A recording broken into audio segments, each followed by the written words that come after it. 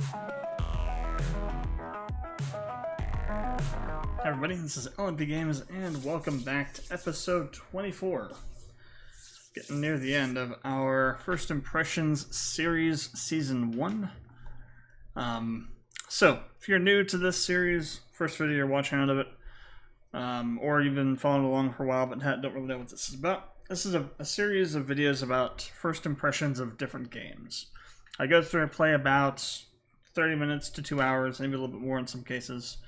And then I give you my impressions about the game, my thoughts about it. I rate a couple different categories of my initial impressions, give an overall score, and maybe also then give some insight into what I might rate it further along. Like, I might say something like, well, this probably has the potential to get higher, this could probably go lower, this is probably like the bottom, or this is the top, kind of thing.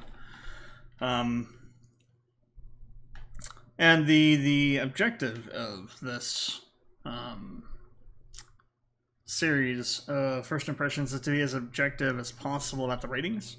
Sometimes it's not easy. Sometimes I haven't been 100% objective about things, but there are certain things that I'm not going to be like that about, just because I can't. Like, for example, if a game has a bunch of MTX like MTX, like cosmetics or like in-game transactions in a single-player game for anything whatsoever. Don't care what it is. Anything MTX related, not DLC. DLC is not an MTX. We're talking microtransaction, meaning like, you know, anywhere from like $1 to $5. That's what I think. That's what I consider a microtransaction. Anything over that is not a microtransaction, in my opinion. You know, the micro part of that's important. But if you like have like some sort of monetization of your single player game, I'm going to correctly and properly beat the hell out of you for it, because that shit has to stop. If you can't make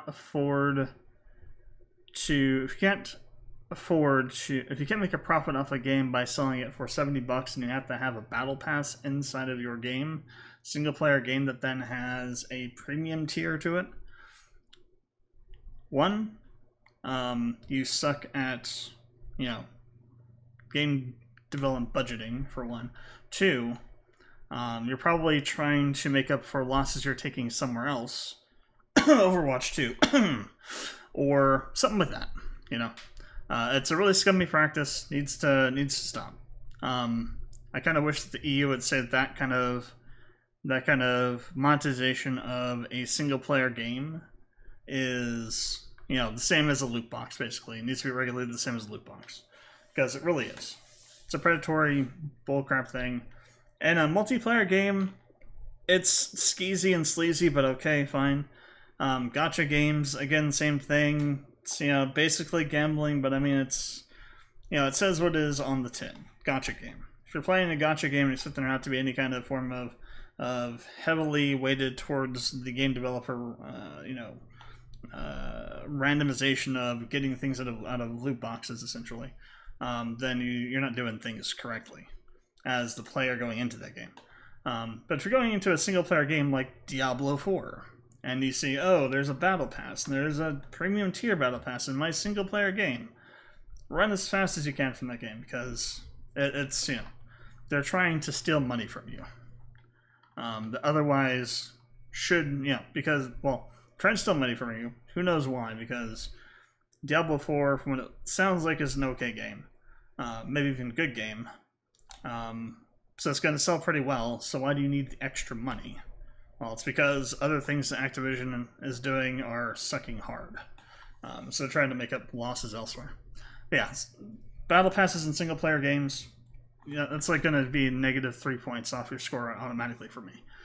But stuff like that, like stuff that I have a very hard line stance on, not as objective as like a rating for how good the game is, but as a sentiment towards, you know, player rights and just common decency. You know, game developers that put that kind of stuff in a single player game are not decent developers. Well, maybe not the developers, but the people that force them to do that. Let's be real here. It's, you know, developers don't want to put that shit in. It's, you know, the publishers and the managers and all those people have no common decency. So, you know, it has to reflect on the game, though. You know, it can't just be like, oh, this is kind of a thing. We're just gonna, you know, this sucks. It shouldn't be here, but we're not gonna do anything. I'm not gonna say anything about it. I'm not gonna have that reflect on the score. No, it's part of the game. You have to read it as part of the game. So stuff like that's part of the game that really can't be excused. Stuff like that's going to kind of leach in a bit in some cases. Hasn't happened yet. It may happen in the future. If I ever do a first impressions for Diablo 4, that game is probably not going to get over maybe a 6, probably. If it's extremely good, not over a 6, because it would be like a 9 normally. Take it down to a 6 because of the cash shop. Bullcrap. So just kind of set expectations there. It hasn't happened yet for any of the games. The ratings that I give that are kind of low are because the games actually deserve that rating on their own merits, not because it's something specific like that, like a battle pass kind of situation, but just because the whatever category it is like really lacking. There's something really bad with it. So that tangent and rant over. Categories. The ones I've been using, 5 categories in all. Game design and game mechanics. So anything to do with like how the game is made in terms of like how things are put together. Do they make logical sense? Like, do you have like this climbing mechanic and then you have this other mechanic that kind of conflicts with it in some cases? It's like an example of bad game design, bad game planning. That would be something that would take a hit. Or do you have like an array of game mechanics that all kind of have synergies together that enhance the experience? That'd be something that'd be a positive. Do the game mechanics themselves make sense? Like, for example, this always happens when I want to get a specific example from a game to like highlight and say like, oh, this is like this a good or a bad example, and it's always this thing where it's like I go there to reach for said thing and then there's nothing there. It's just like poof, has been poofed out of existence. Let's go with KSP2. KSP2 has had kind of a rocky beginnings here. Like in KSP2, game mechanics wise, like the staging of the rocket stages, they removed your ability to split to take individual parts from a stage and move them around, so they're always grouped together. When you have multiple, like so in KSP you build rockets and you do stuff like that, go to other planets with those rockets. You can do space stations, a bunch of other stuff. It's basically a space sim sandbox. And one of the features you have is you can take a part and set it up to have multiple mounts of that part be added on different places on the rocket symmetrically. So like I can set it to 4 times 4, and in quarters around the rocket there'll be one of those parts added in line with each other. In KSP1, you could take those parts individually from the staging stack, and the staging stack is essentially how things progress. Like you enable the engines, then you can like decouple them so you can go to another stage, enable those engines, and so on and so forth. Well, in KSP2, you can't separate those multiple components from each other, so you can't really properly stage things anymore. I think it's a bug or something they overlooked. Well, it's a pretty big thing to overlook. Let's be honest about that. But if I was just looking at that in isolation, hadn't played the first game, I would assume like, well, I want to be able to do this specific setup, which requires me to do these specific engines, to light these specific engines at these specific times, and then drop off these fuel tanks at these specific times because they'll empty before the other ones will. I'm going to get rid of the weight so I have proper optimization of the liftoff and the flight into space. Well, I can't do that. So that's I would say that's a bad game mechanic, for example. So stuff like that. The next category is art design, and level design is part of that. So just, art, anything to do with the art, how the characters look, how the environments look. Do the environments look the way they're supposed to for what, you know, time period and setting the game is in? Like if the game is supposed to be in feudal Japan and it looks like medieval Europe, you got a problem there. If the characters are supposed to be, you know, futuristic cyberpunk looking characters and they look like from something out of the old west, you know, old west kind of thing, all of them do, and they're not like, it's not part of the character of them, they just look like they came out of like, you know, Tombstone or something, you might have a problem there. If the level design sucks, like in Dark Souls 2, maybe hot take, maybe not, I know a lot of people agree with me on that, I know some that don't, then you might have a problem there. The reason level design is part of art design is because the way you build levels has a lot of overlap with the design in terms of, like, you know, if you're going for a medieval time period, you're going to have a certain way things look, and that's going to dictate the way you build the levels, right? Like, you can't just go build a medieval European town in a desert because, you know, medieval Europe doesn't have many deserts. Europe doesn't have many deserts, period. So those kind of things impact the level design, and as do art assets, like modeling and stuff. If the collision models aren't done well, then that's going to be a problem when you're going through a level. So that's art design stuff there. Next, the next one is sound design. So things like the game's audio, voice acting if there is any, sound effects, that kind of stuff. And what you're looking for in that category, what I'm looking for in that category is, does the music fit the setting for the game? Does it sound reasonably high quality? Or does it sound like it came off of a, you know, 8-track or something from the 80s? Do the sound effects sound good? Yeah, they don't have to sound amazing, but they at least have to sound like they're supposed to, right?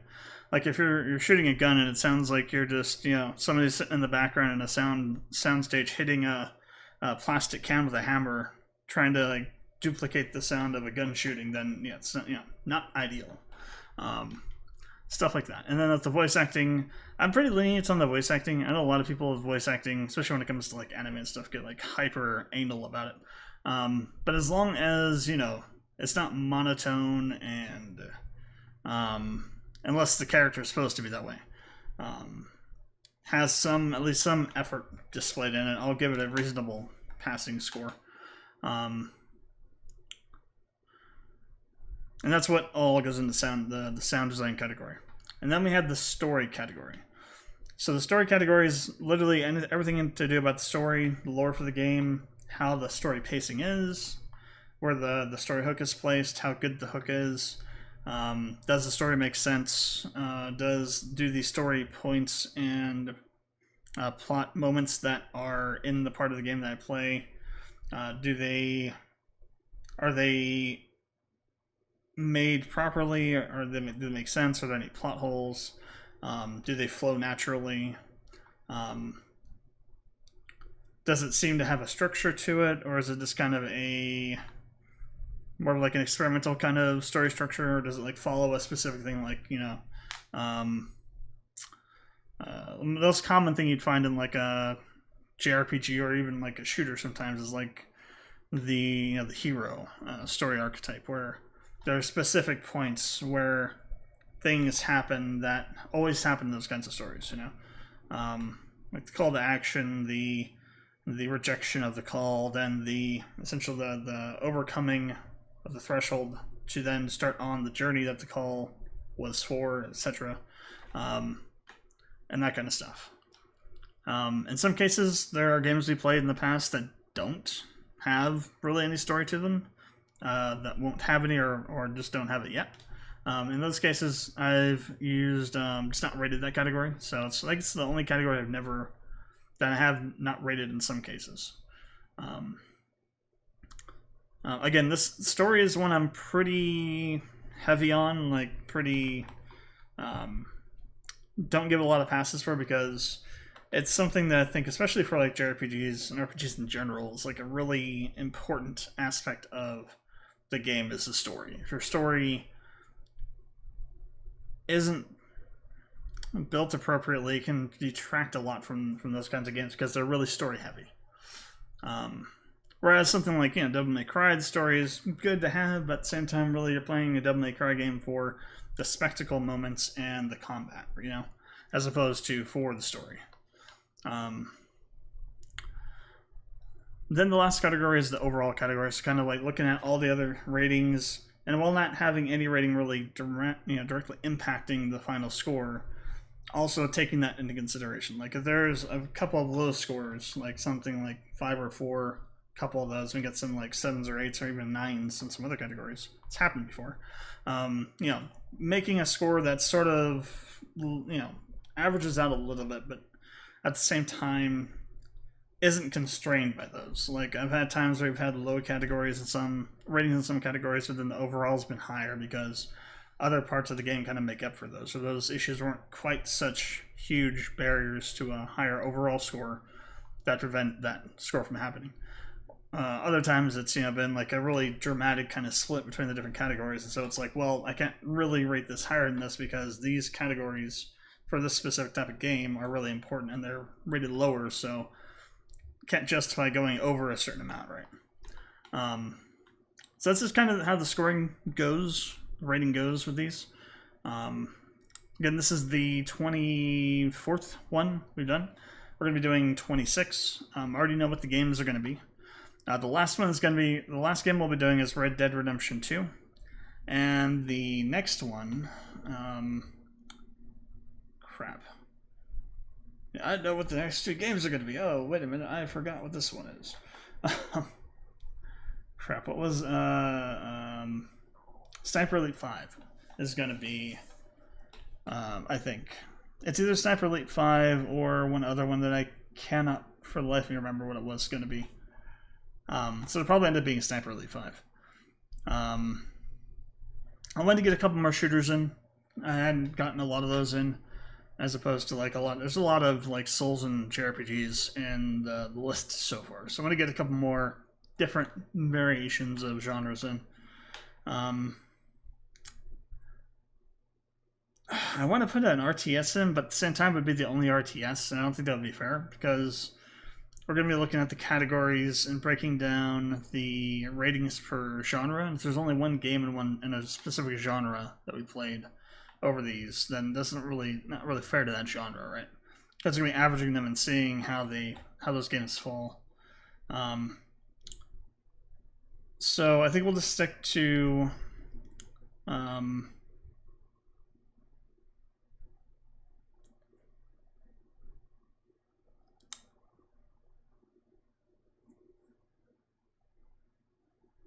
wait, was it this?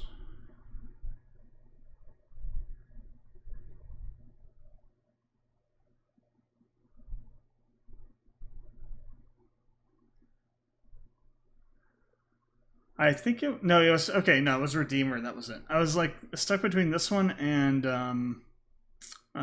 what's the other one? Ruiner. I couldn't remember which one of those 2 it was. It was either Redeemer or Ruiner or Sniper Elite 5. So Redeemer was the one. I'll be doing Redeemer for the next game, and then Red Dead Redemption 2. And RDR2 will be the last game that we'll do for this season.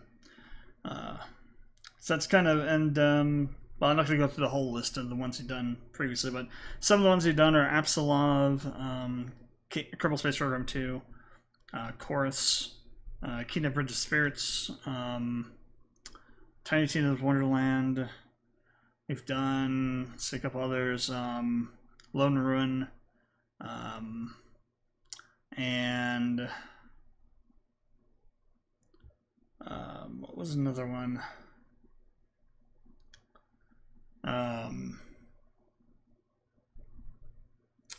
Oh hell, what was that?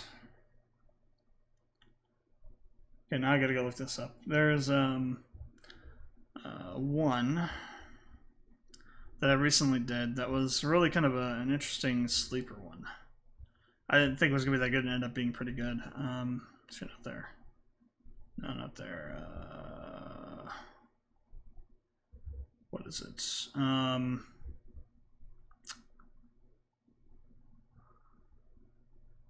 Trinity Trigger, that was it, Trinity Trigger. Ended up being like a really, that and Astragos both ended up being really kind of sleeper games, right? Games I thought that looked interesting, but I didn't think were going to be very good. They weren't really highly rated on Amazon. But when I got them, they're like, both of these are like 8 or 9s on the overall. I think is what we rated them. So they were really freaking good. Surprisingly good. For what they were. One that was surprisingly bad, well, KSP2, I guess, would be the biggest one. And to be honest, Star Ocean 6 kind of was sort of that way too. Not that I rated it really low, but it got a lower score than I thought I would have given it. I was like going into it expecting it maybe to be around an 8 or 9. I think I rated it like a 6 or 7, due to a couple of weird things that I noticed that weighed pretty heavily on the game. But for tonight, what we're going to be doing is we're going to be checking out Generation Zero. This is a survival adventure open world game. From what I've read about it, it's, you know, essentially you're in a world with mechs, and the mechs are your enemies, and you're building. There's like some base building in it. And essentially, you go out, you get parts and things from the machines and other places, and you use that to craft things, I think, is what the gameplay is like. So one of the things I like to do with these is like go over the genre and kind of say what I'm looking at the most for the genre, I think it is. So this is kind of like a open world action adventure survival game. So game mechanics are going to be a huge thing in this. You know, how's the crafting? How is collecting materials? Are materials dropped at a high enough rate that they make sense? Is there too many? Is there too few? How are like the enemies spaced out? Is it way too populated to the point to where it's really hard to get around? Are they set up just right to where it's difficult? Like you have to take risks going out to get things, but it's not, you know, so difficult that you die every single time you try to? Or is it too easy, kind of thing? How, like, are the controls janky? Is the base building aspect of it, if there is anything like that in it, is that good? How does that work? Does it make sense? The other aspect I think would be probably what would be the other major component of this? It's open world, so there's not really going to be that much of a story to it. Usually open world games do not have a focus on story. Some games are the exception, like Skyrim. I would expect it for this kind of game. I think mainly just game mechanics. Audio would be a good plus, like if the audio is good in terms of like music during battle and combat and things, or sound effects. But I don't expect a whole lot out of the other categories, really. So that'll be what I'll be looking at the most, is gameplay mechanics and design. Alright, let's go ahead and get the start up and get things going here. We've only been going for 25 minutes already. But I think it was important to kind of go back through and establish what this series is about and how it works for people that are just joining in. Because I don't think I've done that many times yet, which is my bad, actually. Because there should be part of running a long-term series is doing that, right? Is having a couple of times throughout the series where you say, oh, this is what the series is about if you're new here, kind of thing. Send us crash reports, fine. Doesn't instill a lot of confidence.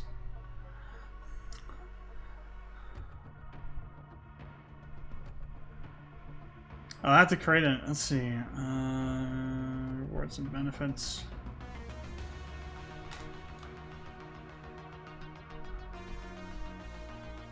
I don't really care. That's what I'm getting into the game for now. Yeah, it's a product of the time that's like got that always online thing, but I mean, a lot of games have that now. It's not going anywhere soon. So one thing I like to do is like to go through the settings and look for different things. Like if they have an accessibility options section, like they do here, does it actually have accessibility options, or did they just shove stuff that's traditionally in other places into there for brownie points? Like, the most common thing I see that's not really an accessibility option in the accessibility options is just basic subtitles, right? Now, if you got subtitles that have, like, different options for background color on the subtitles, different subtitle colors, different fonts, different font sizes, that's all accessibility options. The ability to just show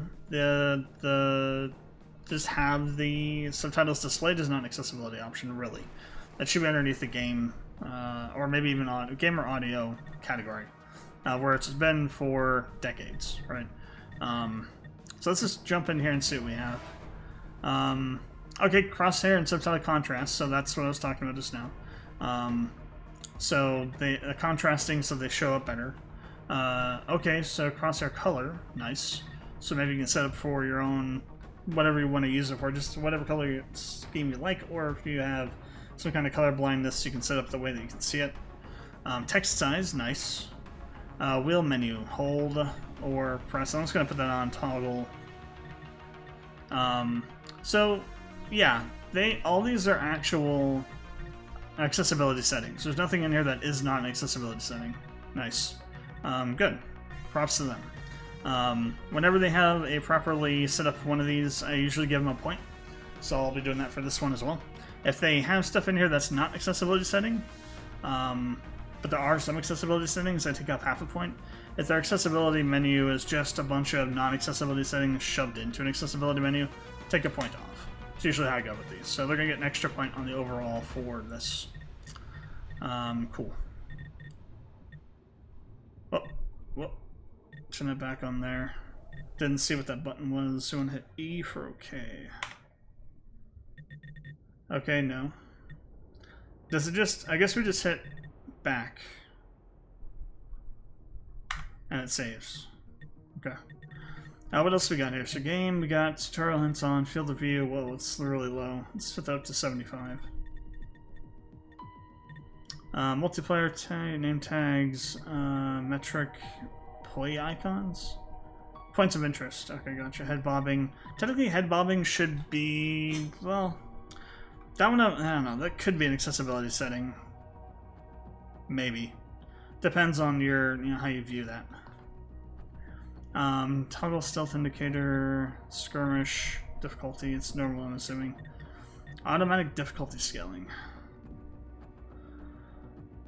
Number of players in the current game. That's actually pretty nifty. Hold to interact, we're gonna make that, push that off, so it's just a press. Aim toggle off. Actually, I'm gonna turn that toggle on. Proportional aim sensitivity. Toggle is on to use nuisance in the scales. Aim sensitivity to the zoom level. Definitely probably want that. Auto couldn't pick up, definitely want that on. It's a lot of interesting stuff here. Display. So the first thing I look for in these is to find out if they have... they don't have an advanced graphics thing, do they? Oh no, it's underneath graphics. Okay, so first thing I look for is motion blur, and I turn that shit off. Motion blur is the scum of the earth. Unless motion blur is world space motion blur. World space motion blur is what you want. Regular motion blur is trash. You should turn it off. It has no purpose. Absolutely none whatsoever. And also chromatic aberration. I always turn that off too because the same reason. There's no real reason to have it.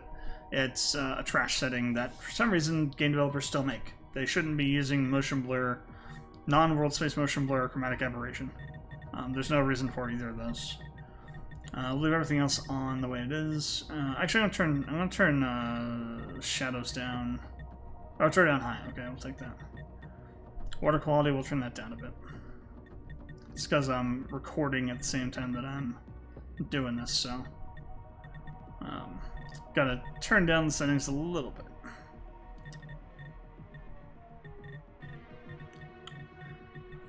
I don't look at like the graphics in air quotes kind of thing as part of the art design, like how good the graphics look. That's a fake category.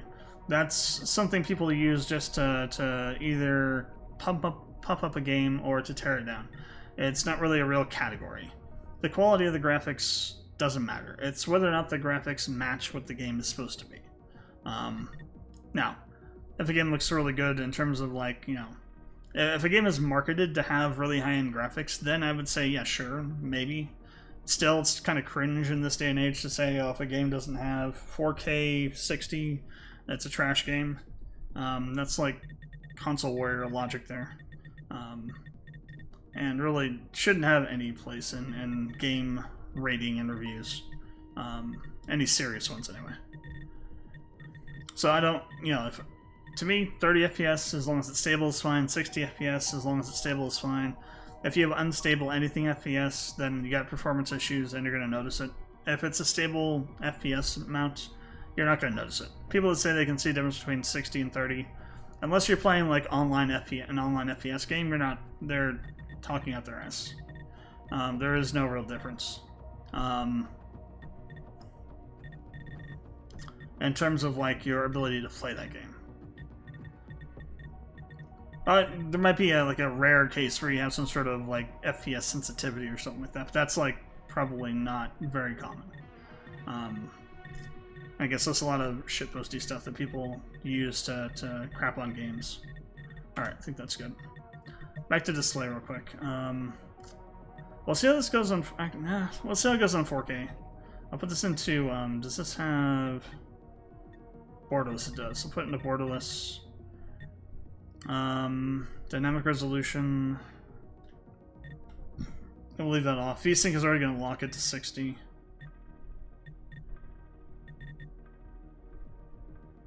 I could get out that just anything over there. Audio. So for audio, what I like to do here is I turn down the music to 75.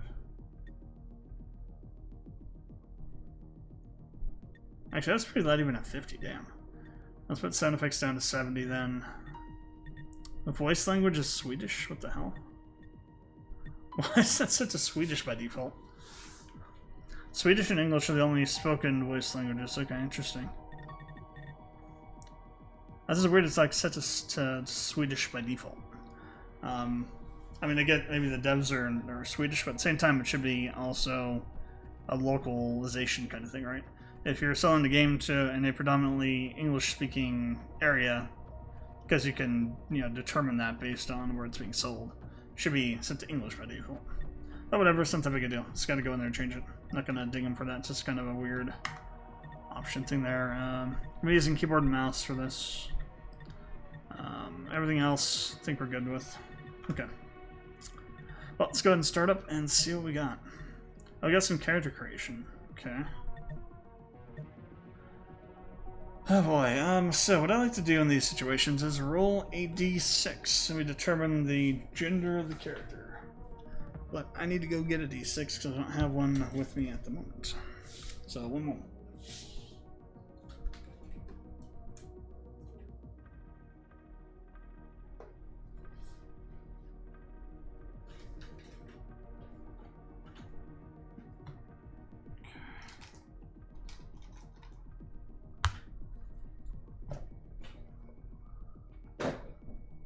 Okay, so I'm going to roll, and then 1 to 3 will be male, 4 to 6 will be female.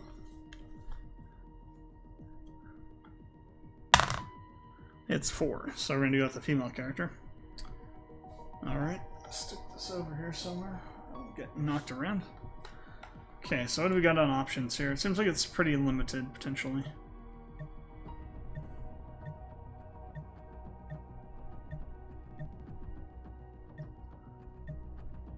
So up to J, whatever number of letter that is, like 9 different options, I guess.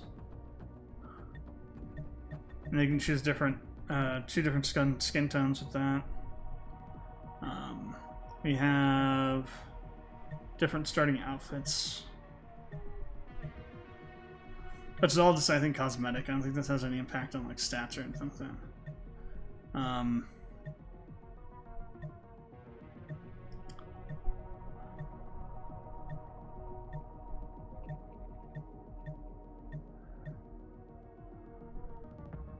So we get 1, so what do we get? 1, 2, 3, 4, 5, 6. We have 8. Let me grab a D8. We're just gonna go full random on this build here. Let's see. D8s. Where are my D8s? Are you a D8?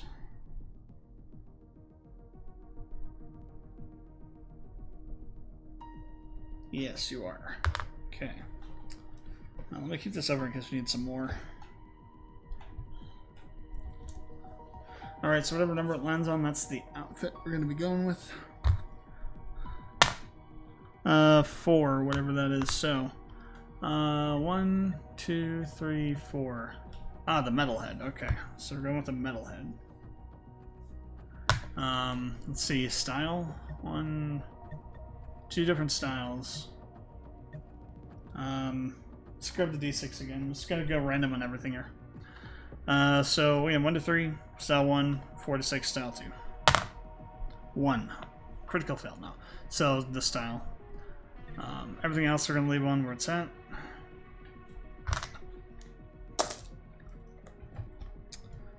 Okay.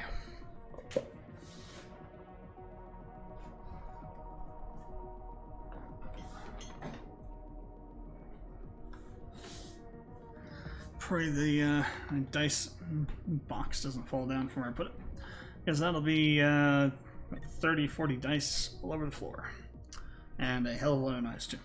Okay, let's go ahead and start. You gave us to invite only. Yes, that's fine. This does have like co-op in it though.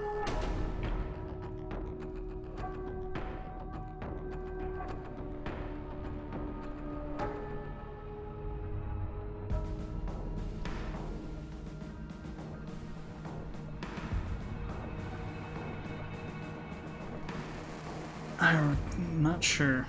I think the game audio is going. I haven't paid any attention to this stuff.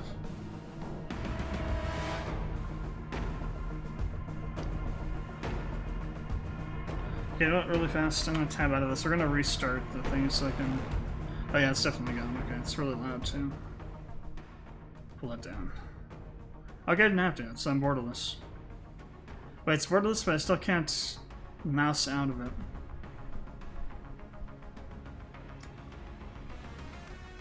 Yes, my friends spent a few days away.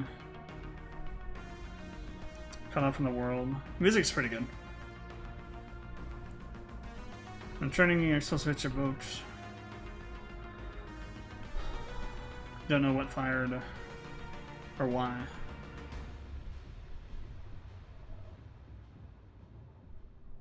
Make it to shore. Injured, but alive. So I think what I got from that is you went off on a thing, on a trip. Some kind of crazy military thing happens, and you come back and things go to hell.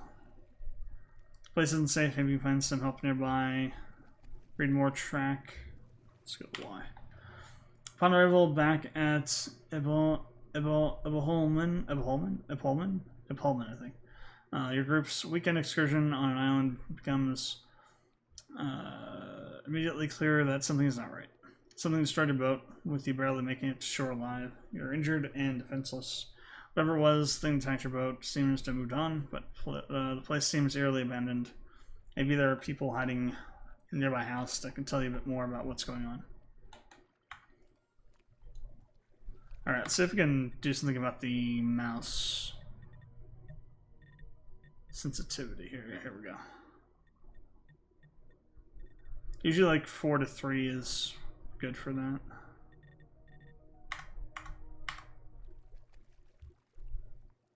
So this seems pretty high.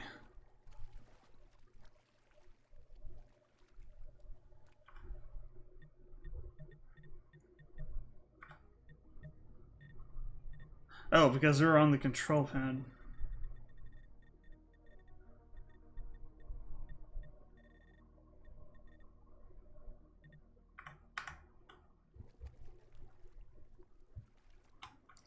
Maybe a bit higher on look sensitivity. So the sensitivity is separated between the two, which is kind of interesting.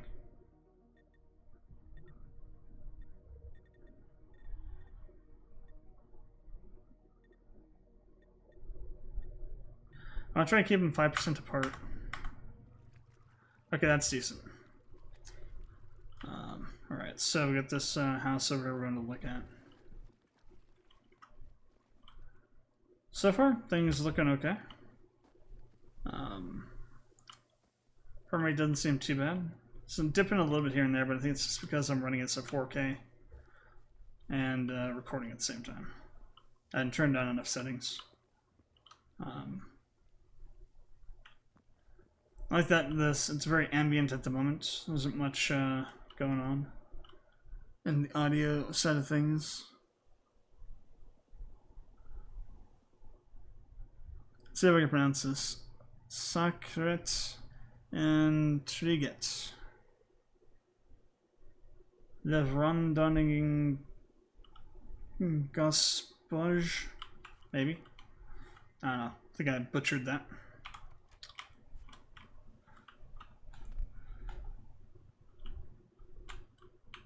We have a thing we can search. What is this? Universalum? Adhesive. What in the hell? The Jungeren's Gleister. Maybe.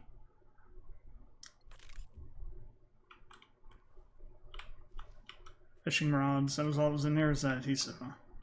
Okay. Use it with eye to access inventory. Let's have a look see here. So we have equipped weapons, sidearms, ammo, equipment, attachments. We have a silencer for some reason. And then we have all. Okay. This is crafting resources. Okay, so there is crafting confirmed. We have a weight limit. Okay, that's good to know. Can rotate? No. Oh yeah, we can. We can rotate the item. Cool. That's always interesting when you can do that. We can filter by different things. I wonder when that opens up because that's like not available at the moment. Skills, we have a huge skill tree. So it's combat support, survival, tech. No active skills. Level down here. Uranium is a resource, skill points. You can reset. Okay, so uranium is used for skill reset, for respeccing. We got a log over here with all of our missions and stuff. This is a pretty chunky UI.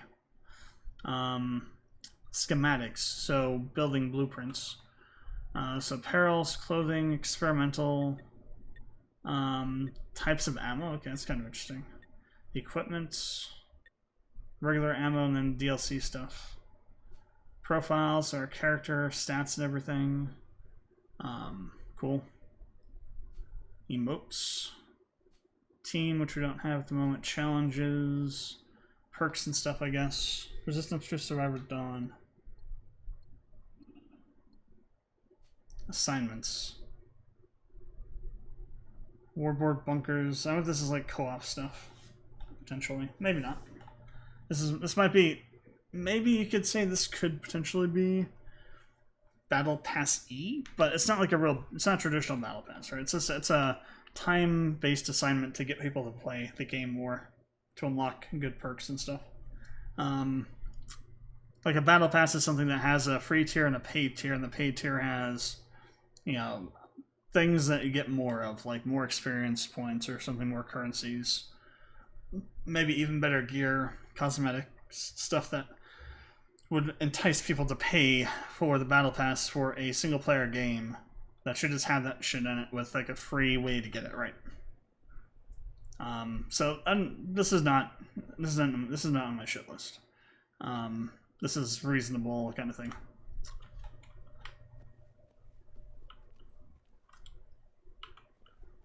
So here's the house we're supposed to be looking for. Yiddervik, and had a couple things shown up there.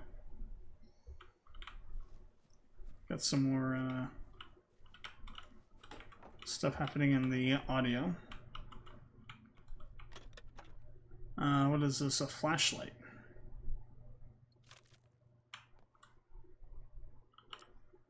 Cool. So he's unlocked a new game mechanic. Nice, I like that. One of the good signs of a well thought out survival kind of game sim sort of thing like this kind of game is, you know, if you have certain things that are locked behind finding stuff, like you have to find a flashlight to have one to use, right? There's a bunker or something over here. Potentially. So I like the fact that we just found that flashlight and now we actually have a flashlight to use.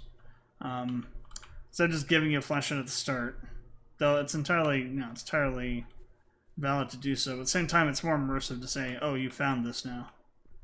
Ugh, got a some kind of machine here.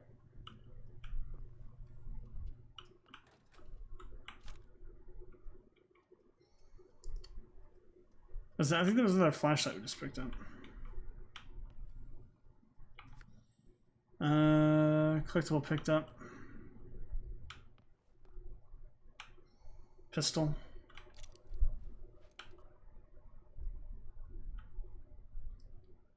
What are these? We picked up something, I'm not sure what. We have a Mulva PP. We have a PP. We have a PP gun. Let's go and search the bodies, see what we have here. So we have whatever the hell this stuff is, plastics. First aid kits, we have some hollow point ammo and emergency flares. We'll take them all. Okay, weapon wheel here.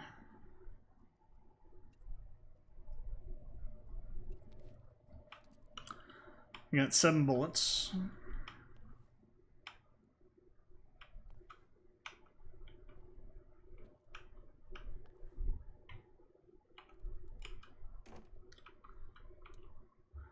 Interesting. So I wonder if bat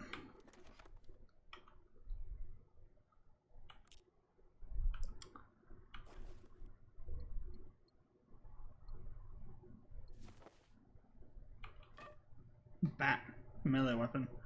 I wonder if enemies have a like a lights thing, right? Like if they respond to lights.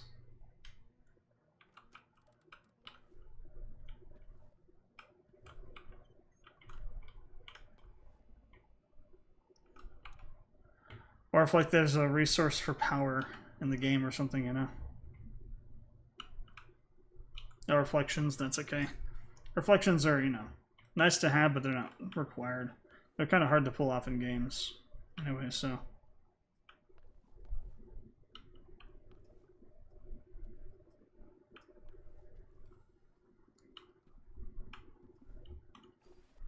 I have a feeling by the time we leave, that thing's gonna get back up off the ground.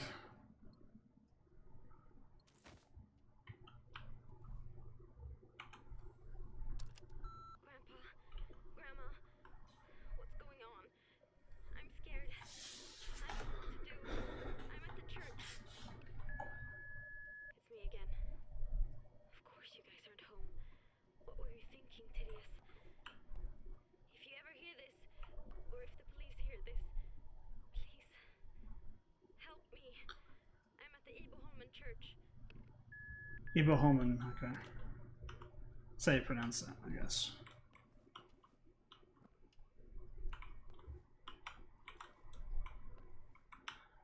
Trying to find some more ammo. So you definitely do not have enough. Adrenaline shot, interesting.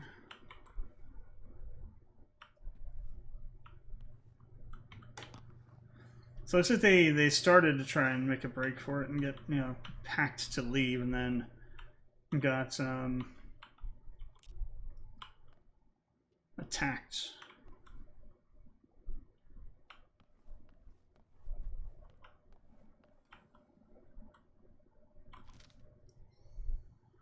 If war comes, civil defense. Let's see, war. The war comes, civil defense pamphlet. Front and back pages of 1983 edition Civil War Defense Pamphlet for War Comes. During the Cold War, Swedish government issued a public information pamphlet and delivered to every single household in Sweden as part of the Total Force Defense program. Publication included instructions on how civilians were expected to act in case of a major national crisis, in particular an invasion by a foreign power or nuclear warfare. By late 1980s, every citizen was aware that Hesse Fredrik, nicknamed Swedish Civil Defense Siren, Could start ringing at any time and knew their nearest shelter was and which belongings to take with them. Back to the document features a summary of 4 types of warning signals and how to recognize them. Readiness alarm, immediate danger of war, wartime posting to mobilization site, 30-second siren tones with interspace 15-second gaps. Runs for 5 minutes. Air raid alarm, immediate danger, seek shelter, short turn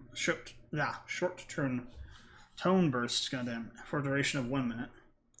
Important public announcement, listen to the radio, 6 to 7 second tone bursts interspaced with 12 to 14 second gaps. Signal can be used in emergencies and peacetime as well as war. Runs 2 minutes. Danger over continuous signal runs for 30 to 40 seconds. Okay, cool. I wonder if that's actually like historically accurate.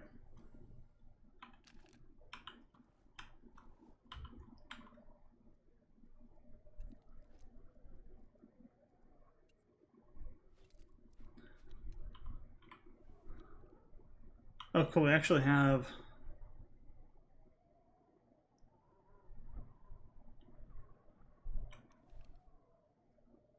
What the hell? Those guys weren't there before.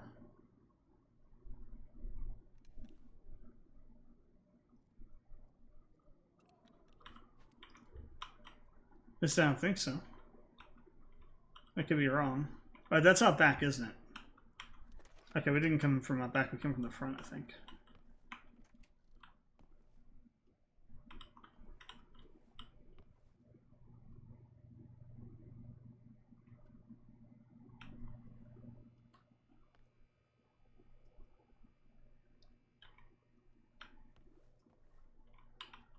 Alright, nothing to find in here.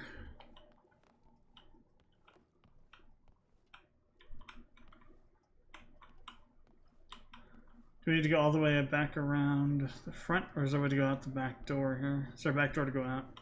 Okay, there's no back door, so we'll need to go out the front and around.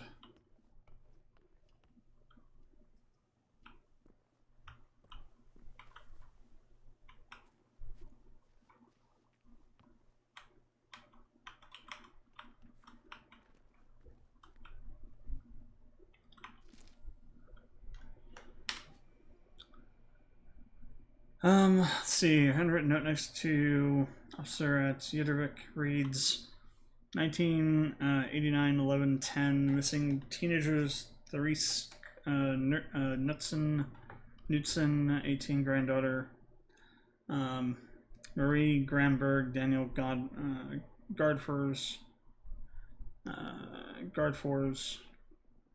friends and more friends, names unknown. Last location Bjorknaskagen, Ibaholmen. Reporters Rolf and Zaida Knutson, grandparents and primary caretakers. Address Yudovik, Ibaholmen, municipality of Sultan. Location maybe at Knutson's family home. Yudovik ferry landing. Okay. Lots of interesting names in this game so far. We have some ammo.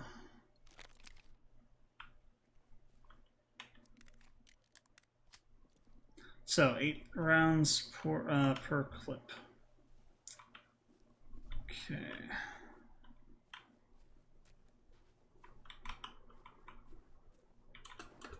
We have a jump. Some kind of shop.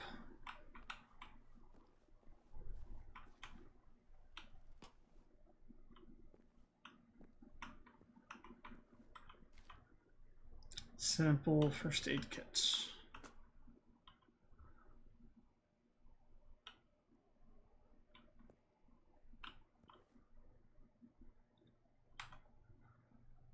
Oh, this is the ice cream cones and a little chocolate-filled freezer today. So you can like point at stuff, certain places, and it'll show translations, I guess. Interesting. A little bit frame droppy in here. Actually, very frame droppy right now. I'm noticing a lot of large drops and spikes and things.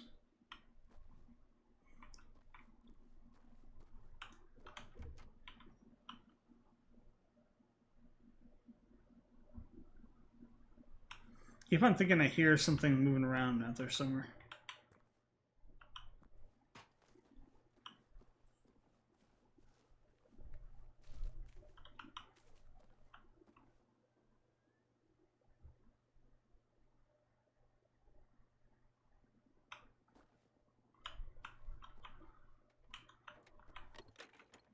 $128 ammo, I'll take that.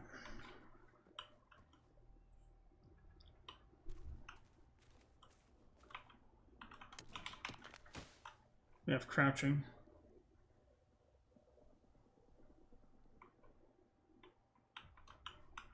There's an enemy mech coming or something.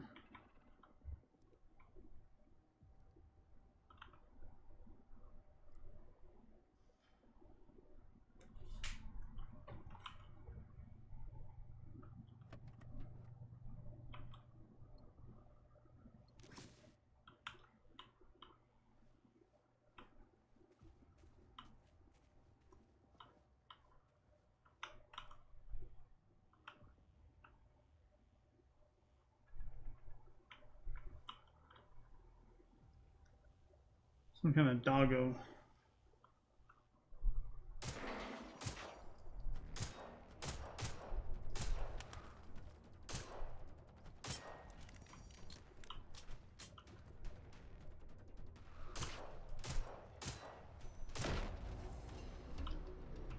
Okay. Kind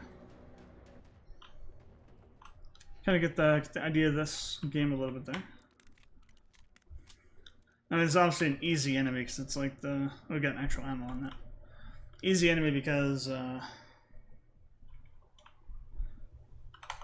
it's the first enemy you encounter. We got something in the log, I believe.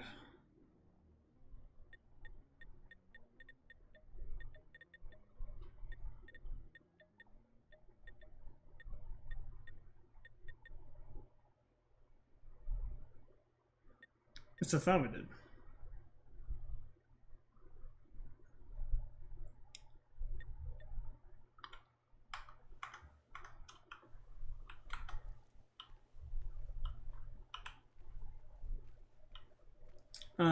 Reach towards any time using P.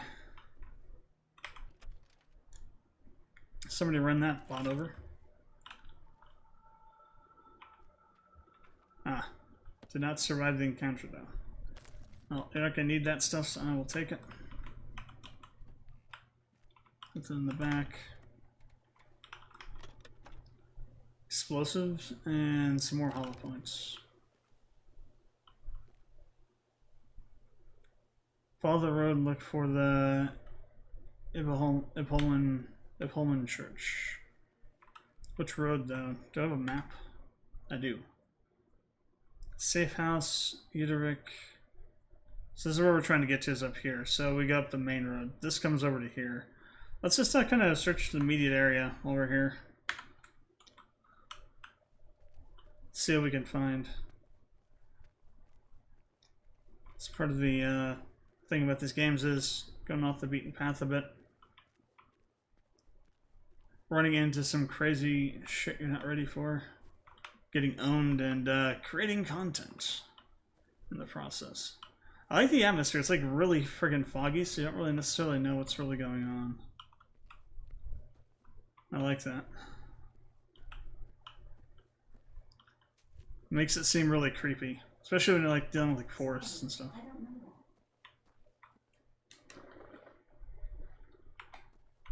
My Amazon machine over there doing stuff. And it gives you like a really nice kind of claustrophobic sort of feel and effect to things. Where's the door at? Is there a door at all? There's no mantling, so we can't get over structures, it seems. I would prefer to have the ability to like do that, to go over like a small fence. Just because, you know, to get through stuff around things a little more easily. Like, there should be like a contextual click to, or interact to like just jump over that with like a animation or something.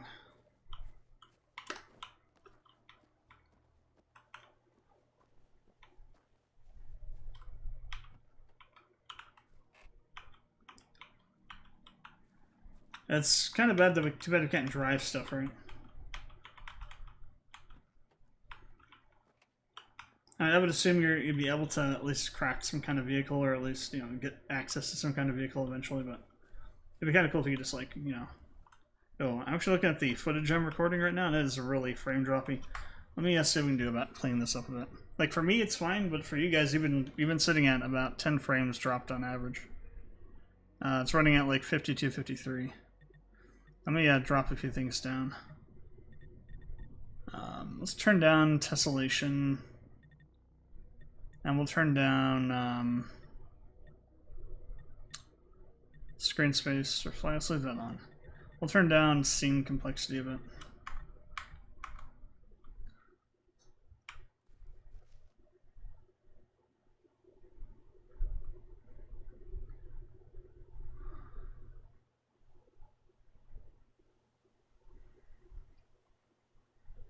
You're still getting drops down to 53 and whatnot. Let's see what we can do about this. The problems of trying to record stuff.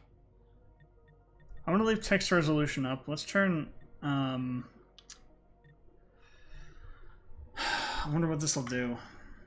If we drop it down to the 1440. Whoops. Well, I need to go back out and adjust anything on the footage. No, it's still full screen. It's technically full screen, it's not borderless window, even that says it is. Okay, let's see what we got here.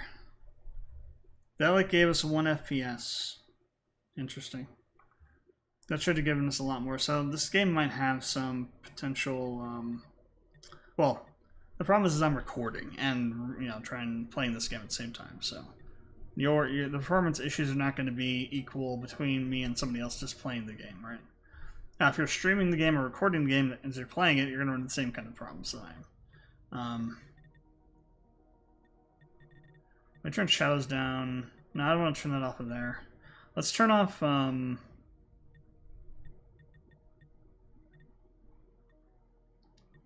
rather keep on TAA, though, for that. SSAO... Let's turn off screen space image occlusion.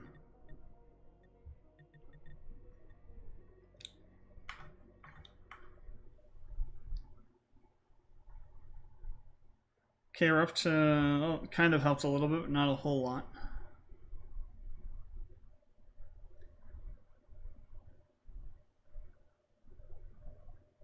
Just closer to 60 now than we were before. What does this look like with that on though? Let's see, settings, graphics, turn that back on.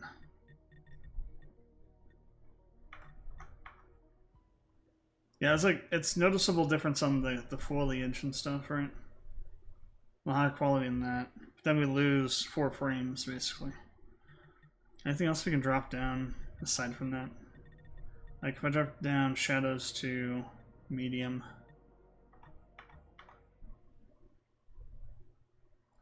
No real impact.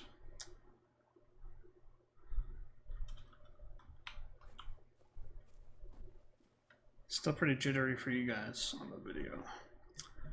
Will heal.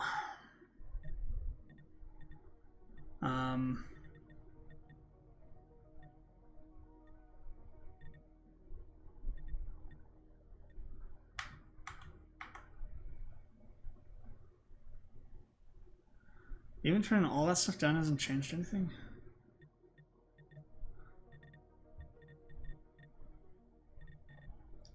Is it really just because...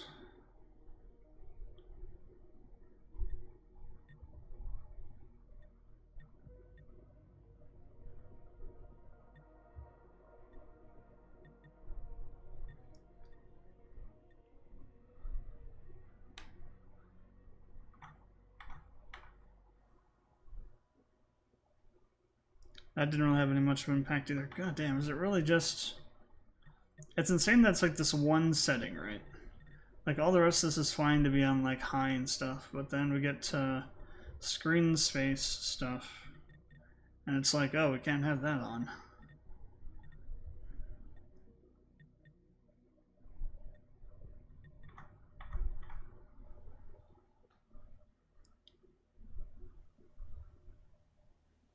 Okay, that's probably about as good as it's going to get for now. I think this game has some minor performance issues. That gets us fairly close to...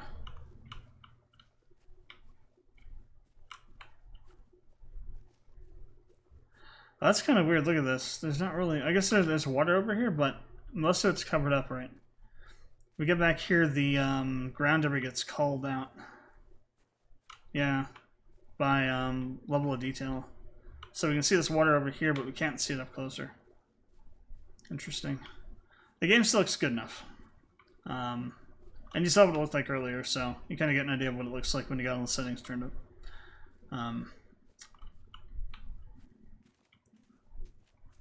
Alright, so not much around here. Let's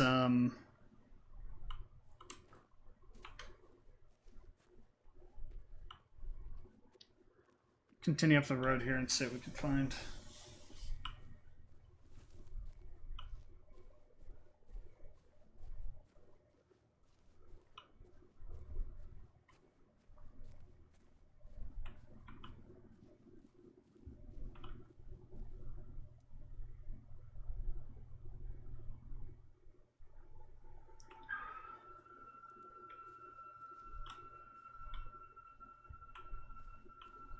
Nice use of sound effects because at times they have like these like really high pitched and such noises.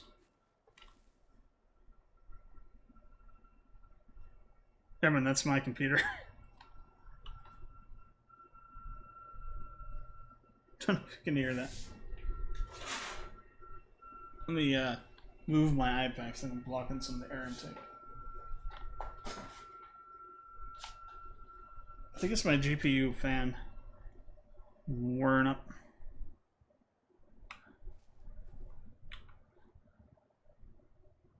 Or back down to lower FPS on the... Well, I just have to suffer with the slightly stuttery video footage. There's not really much more I can do. So if that's just gonna be that, let's turn things back on. And we'll just have to deal with it.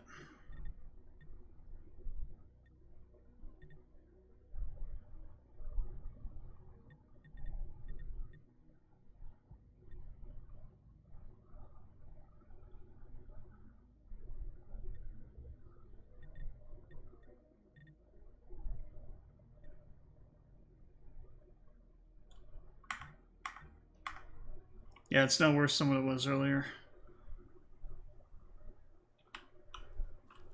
Actually, it's a little bit better even. Which is kind of backwards. Okay, there it goes back down there. It's like, it has some, this game has some weird peaks and valleys on this stuff. Look at the FPS and OBS.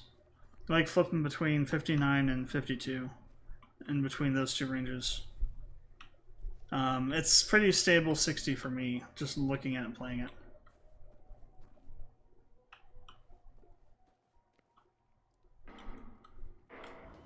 Crap. Oh, hell. It's shooting me.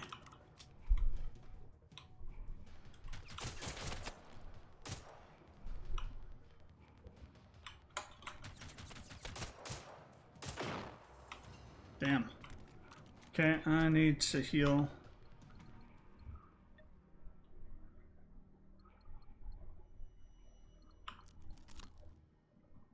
Can I put these into like a slot somewhere?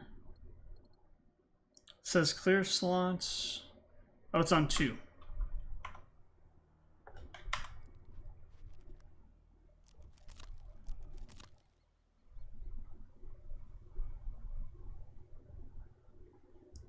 So these are heal over time, okay.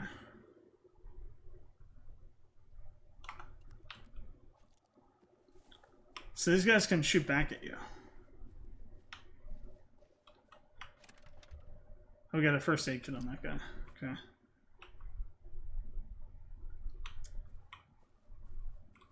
I like how they're kind of easing you into combat, so it's a little bit less intense. So far I'm kind of impressed by this game in terms of the game design. Seems like it's really well thought out. Got wide open areas where you can see pretty far. there aren't too many enemy encounters early on, so you're not being thrust in a bunch of combat. You're not getting hit by a bunch of stronger level enemies or harder enemies to start with. They seem to know what they're doing here.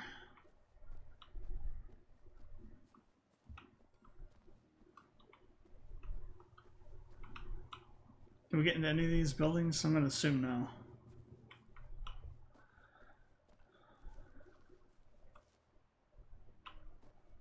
Yes, no combat's not always the best approach, especially in these kind of games. That said, I end up doing a lot of combat anyway just because, you know, sometimes combat is always the answer.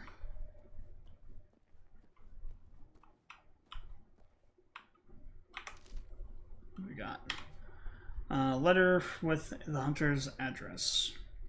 An envelope, someone with very stylish handwriting jotted down. Kurt Algren, Yorknos, Ibelholman. Letter reads, Kurt. That's it. Can't stand living in Stockholm anymore. Far away from you. That wasn't for me, I suppose. That wasn't for me, I supposed. Supposed? Maybe supposed was supposed to be, not supposed. I'll visit one of these coming weekends. Let's go hunting together again soon, shall we? Guess hunting has grown on me a bit. Annie. Okay.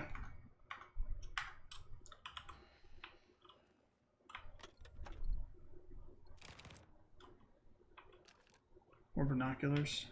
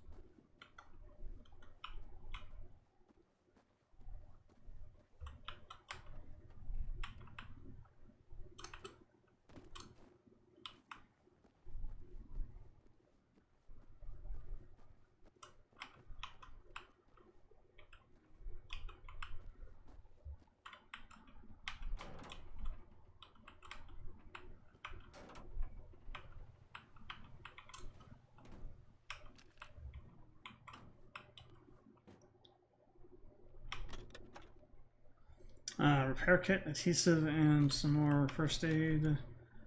Full metal jacket, SMG ammo, and some more explosive. So is the explosive like an actual thing you can throw, or is it just used to make bombs? It's a material, right? Yeah. Doesn't show any information on these. Like, I wish it would show more information on what these are. Oh, I see, we hit G for filter. Gotcha. Maybe it's underneath log or something. Collectibles, tutorials, schematics.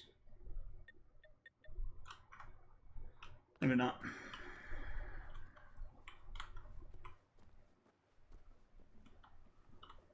All these binoculars.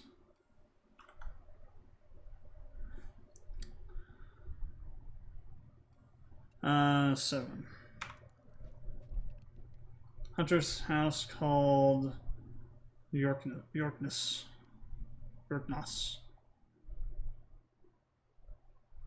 Oh wow, we got a bunch of enemy bots down there.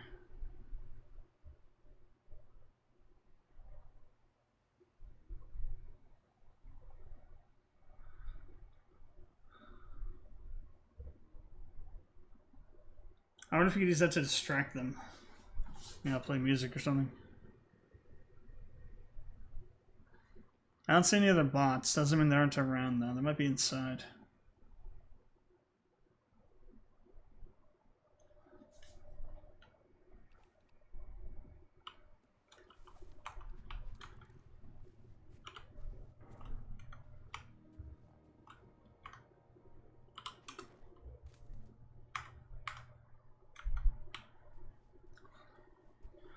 Is this some sort of thing? That's hilarious. Oh crap. One got alerted.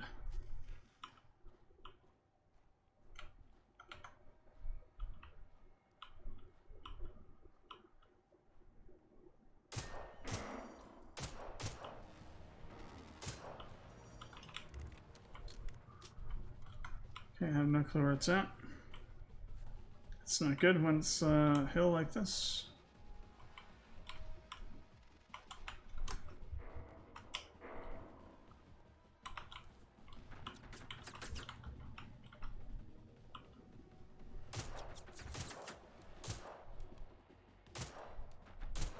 It's really far away.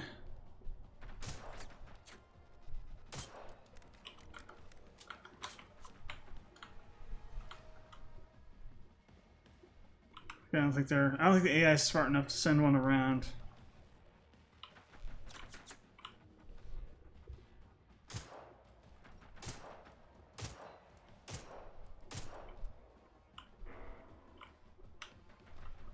I might stand corrected here.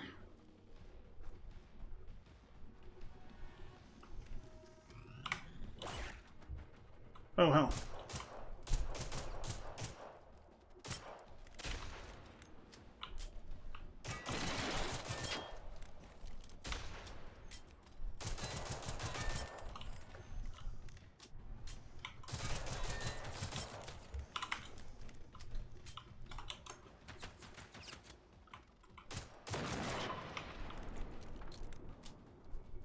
What if I get come around here by this thing and shoot this?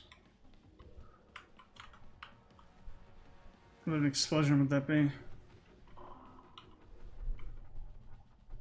that it over there? Yeah, there it is.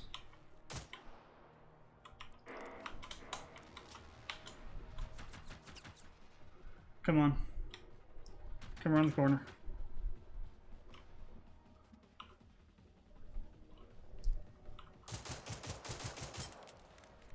Oh, come on, is there no fuel in that thing? There we go. That's a hell of a loud noise, though. Oh, there was actually two over here.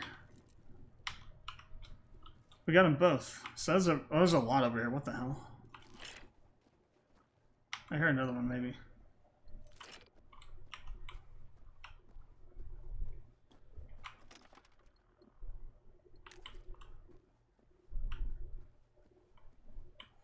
Let's see. Maybe I didn't. So here's another thing I'm wondering about, is if there's other enemies around the area, if they would hear that and come over here as well. It's kind of like get alerted. I don't think this has that wide of range in terms of like enemies.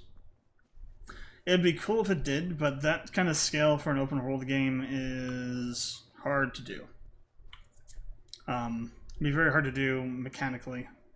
It's still a game that performs well, right? Otherwise, you'd have to have, like, you know, within a certain, you know, maybe meter radius, you'd have to have active AI, which can be very costly. Just calculate all the routes and stuff like that.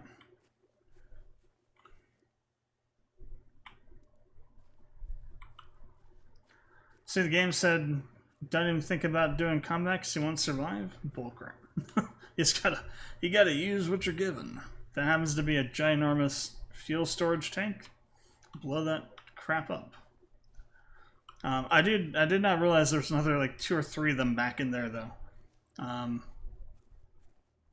There was definitely other ones other than the 3 that were down here somewhere.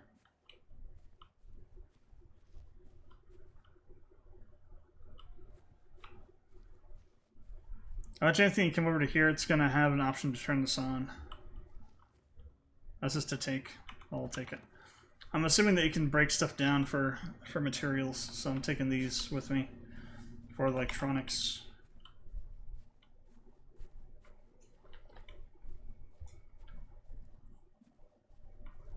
So you have some schematics, you have some collectibles, and a mission in this area.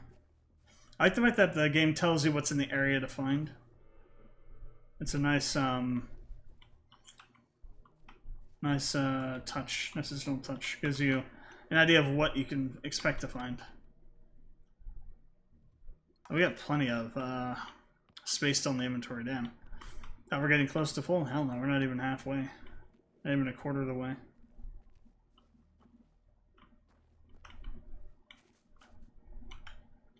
You can literally jam in back here. You can. It's a hell of a hidey hole. They're screwed if something comes around at you.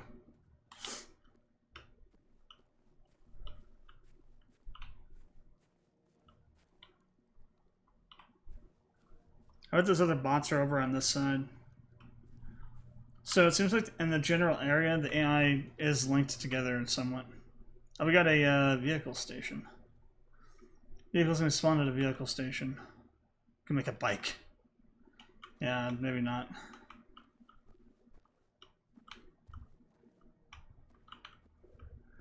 I think if there was anything in here, we would have run into it.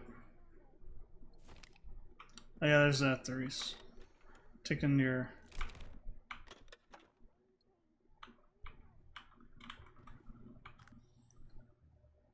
we picked up textile, I guess.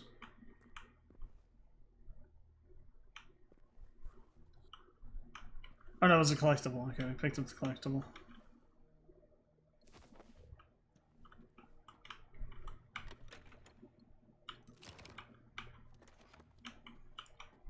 Just jacking all the things because that's what you're supposed to do.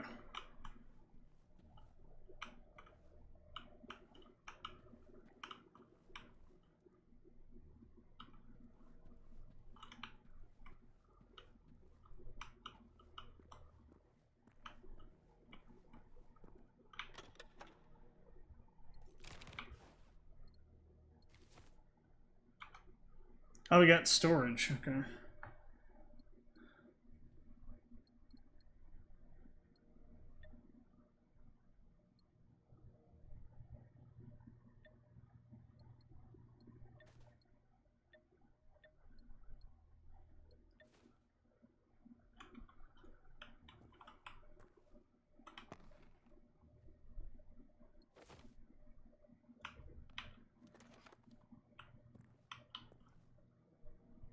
Now what the hell's going on here? Kinds of stuff. Alright, so I think up on the second floor is where this Therese person is.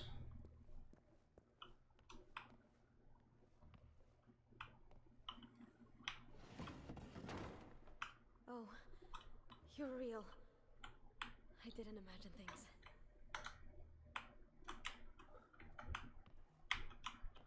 Do I have a... there is 5.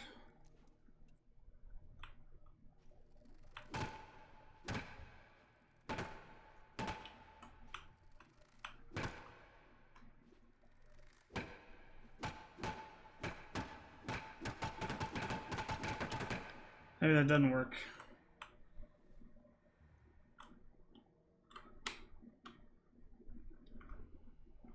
Ah, come on. Is there not another level of crouching? Let me see.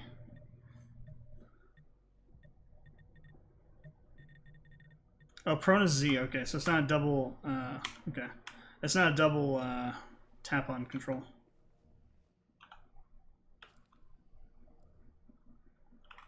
My name's Therese. I hurt my leg and arm pretty bad. If that's okay, can you make me a first aid kit? There are some instructions on how to do it over there.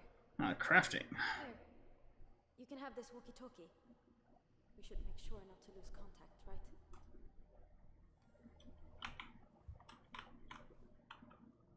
You go get my scout gear outside, if you don't mind.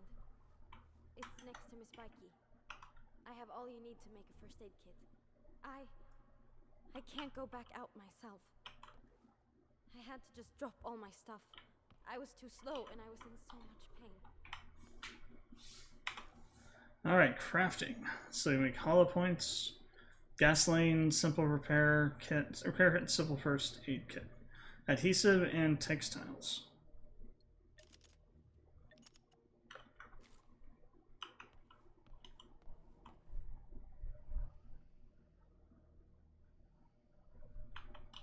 I have to go collect the materials first.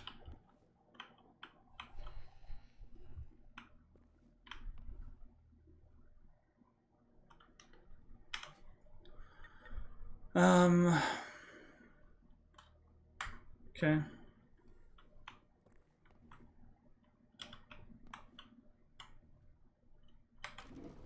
Oh, we have to move it from this side. Okay.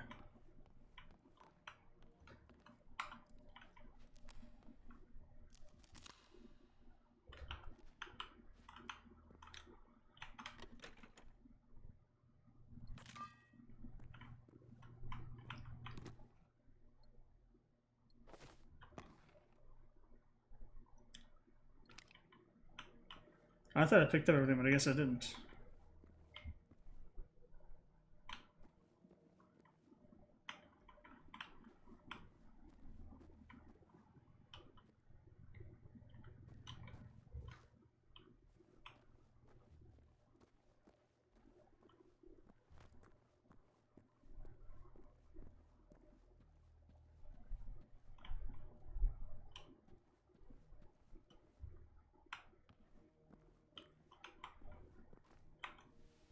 Grandpa doesn't want any guns around the house. I wanted to look for the key myself, but with all those machines, There we go. I just couldn't. So he'd apparently gone up in this door up here.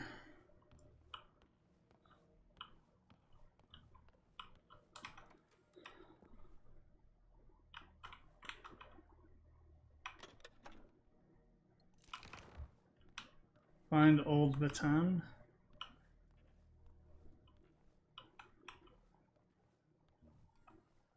You found old baton. Nice.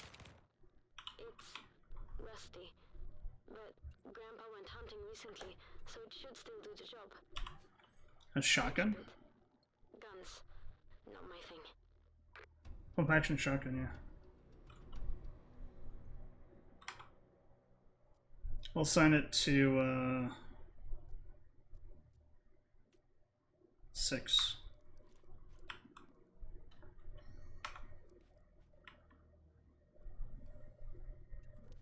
Or 4.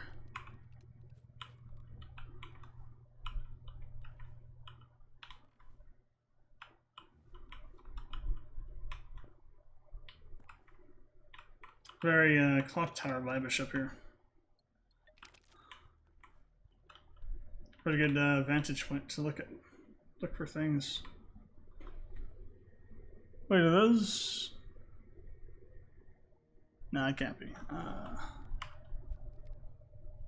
8. Oh, they are. Crap. Okay.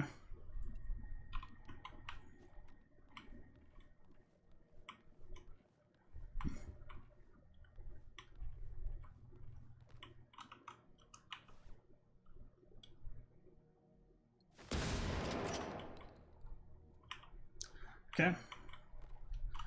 That was unfortunate. I hit the thing one too many times. Yeah, it's a little bit twitchy.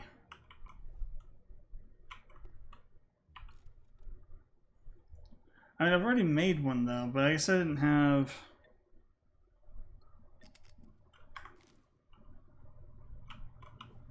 So what do I do now? Do I,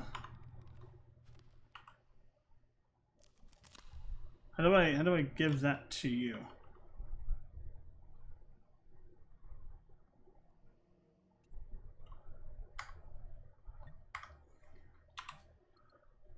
Log. Mission.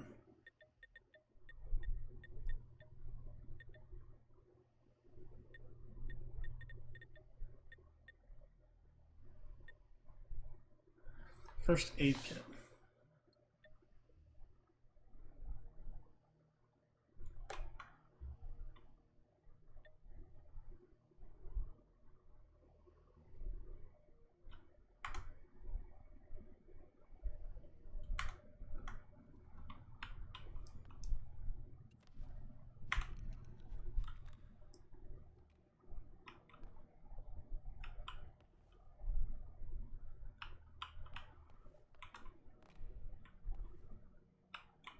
Not sure what I need to do.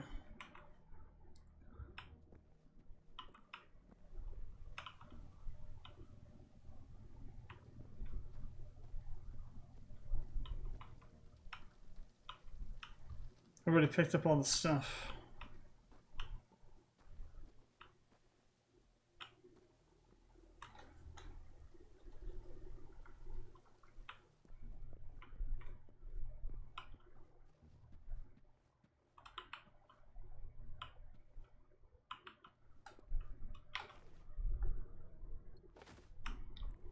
Okay, maybe not all. I've been a little bit overly ambitious to say I picked up everything, but most everything.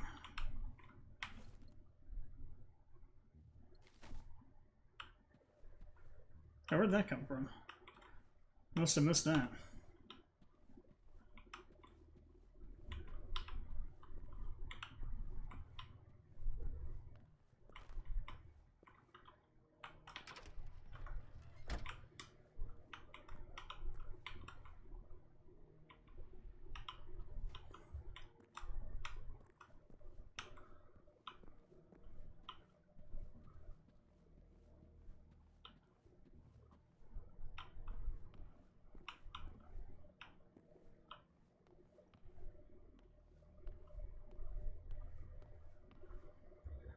I think the icon was up here now, again.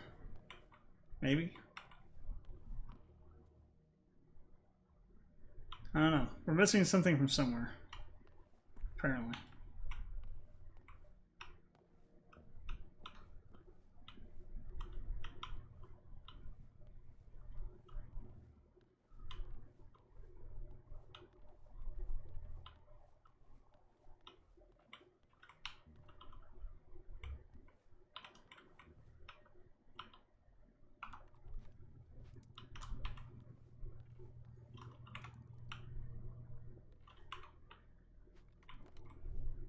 Got 5 shells left.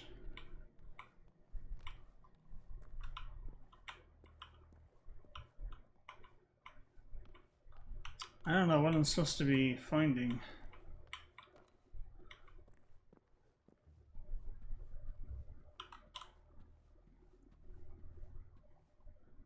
It's not showing up anywhere over there. There it is there.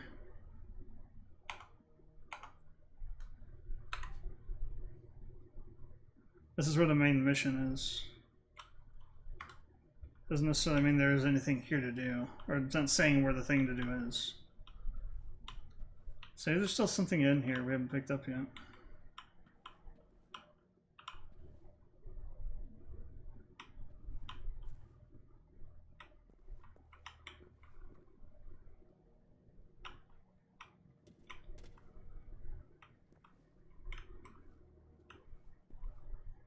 But pretty sure I picked up everything.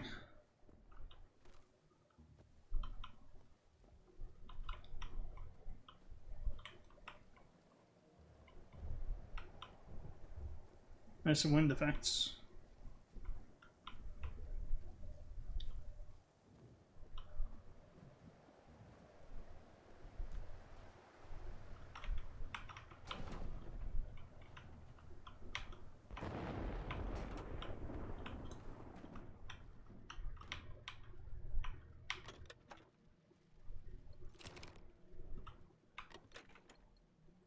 Nice to get some more buckshot.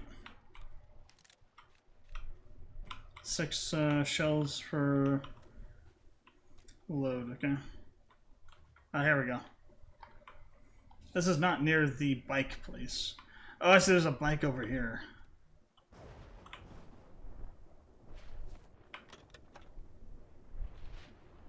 Okay, good. Come back and I'll walk you through how you can make a first aid kit yourself. Okay, there we go. Taught us you can craft anything out of almost nothing. We're lucky our priest Johnny is also a bit of a handyman.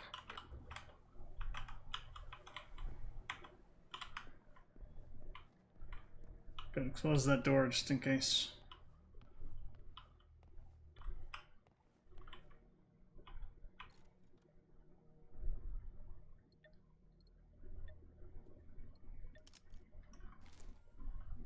There we go.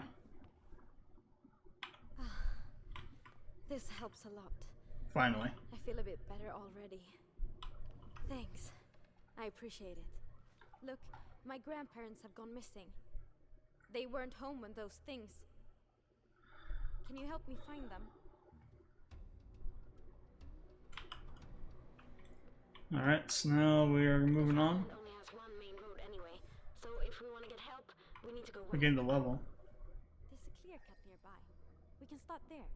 Grandpa used to be a woodcutter. He'd work there sometimes. If we're lucky, we might find something there. So we got a skill point we can spend here. So aim speed, reload speed, throw accuracy, distance, stamina amount, stamina recharge, spotting intel, chemist. Base gas resistance by 10, increases the amount of information provided when spotting an enemy with binoculars. Oh, so the binoculars actually give you information, nice. Faster recharge, more stamina. The health amount's down here.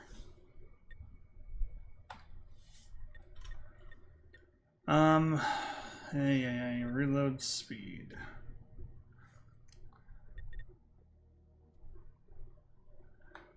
I mean, that could help. I think it's either between this or stamina recharge, to be honest. Not sure which to do. Because I think we have to unlock this to get to the next one, right? So if I want to get health and we take this, we'll need another 2 levels.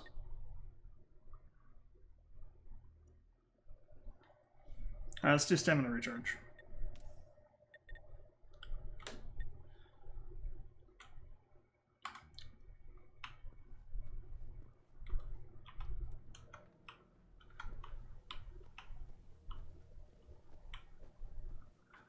Now we gotta deal with these bots out here.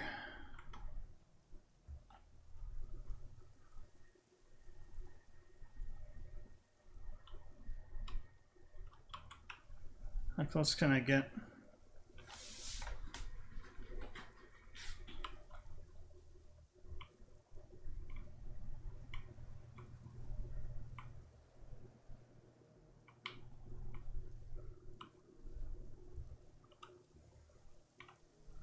I don't see any others, just these 2.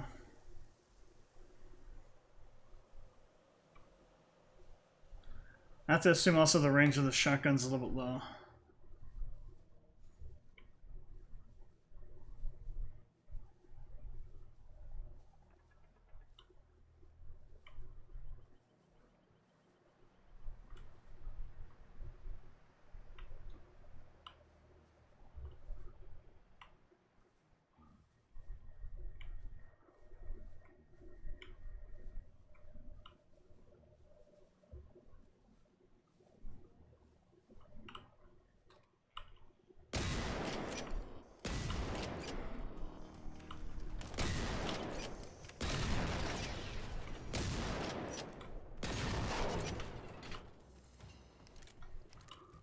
Alright, cool.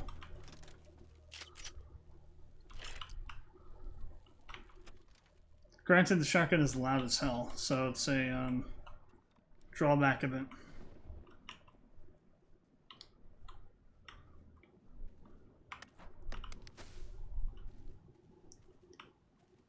We'll play for a bit longer, then we'll give this thing a rating.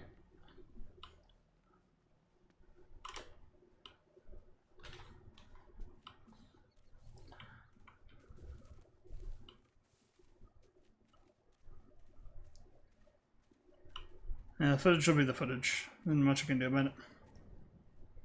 I have a 2080 Ti, so if the game's not running well, not with all the stuff we turned off, there are some performance issues potentially.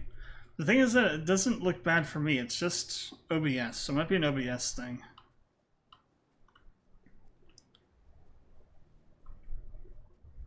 I haven't seen or talked to anyone for 4 days.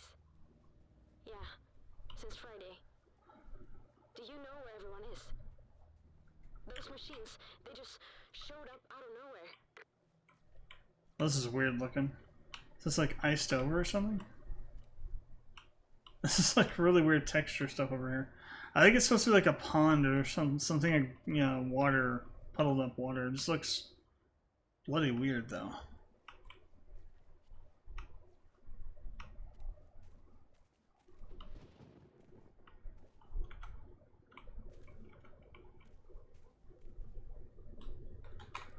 Alright, what do we got?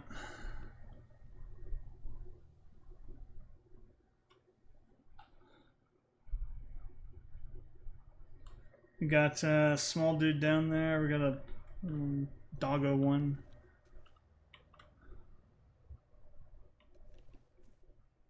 I don't see anything else immediately.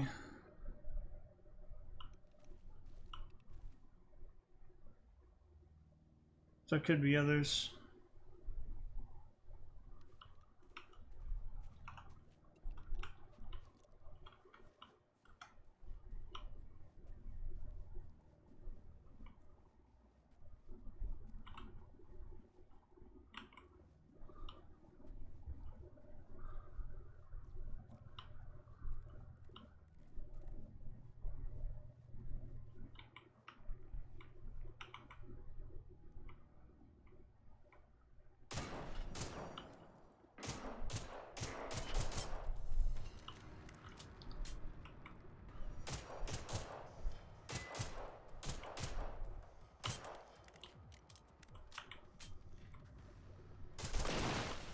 Whoa. Okay. That thing exploded and took out the cars with it.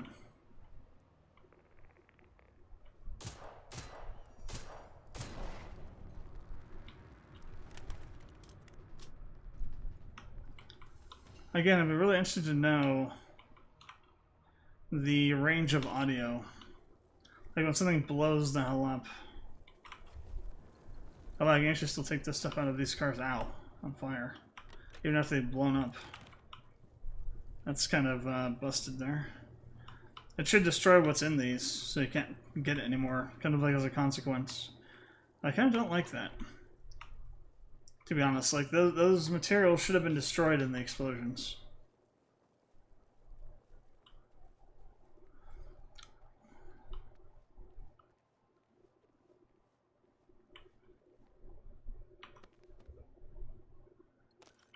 Hey, that's a loot crate. It's not a body, it's a loot crate. Firework, what the hell? Stjarn's stuffed.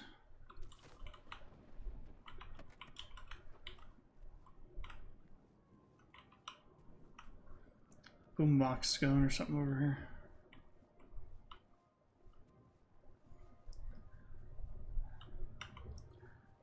I mean, I assume as we get further into the game, there will be situations where setting off large, Don't be reckless, please. What? They're distracted. By a radio? Wow, that's so great. So, let's keep an eye out for anything that makes noise. How do you know that? I didn't see him. But I assume there'll be situations where there'll be like a large noise that could draw in a bunch of enemies.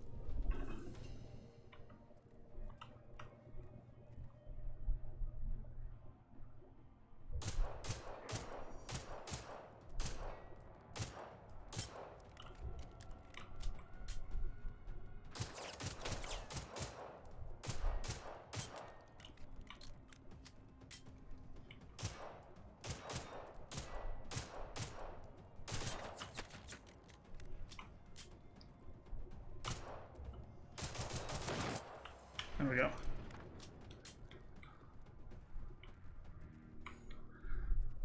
So the game doesn't really limit you. You can shoot from far away with the handgun as long as you have steady enough aim. I like that. It kind of rewards you for playing well. Whereas like there's games where you just can't shoot anything after a certain range with like a handgun, right? I'm assuming there's like a point with that in this game, but it's like much further away.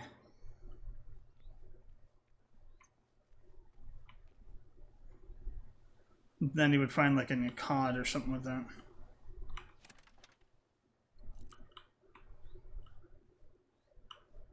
Okay. Let's head into this building here and we'll give this thing a rating.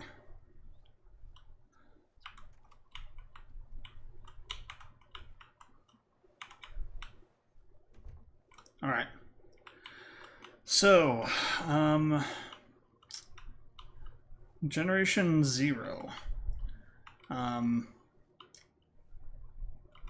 Interesting game. Definitely, so yeah, first-person survival shooter crafting game. Open world. So things that we stated apply. Oh, there's a thing here. Classic Dollar Horse.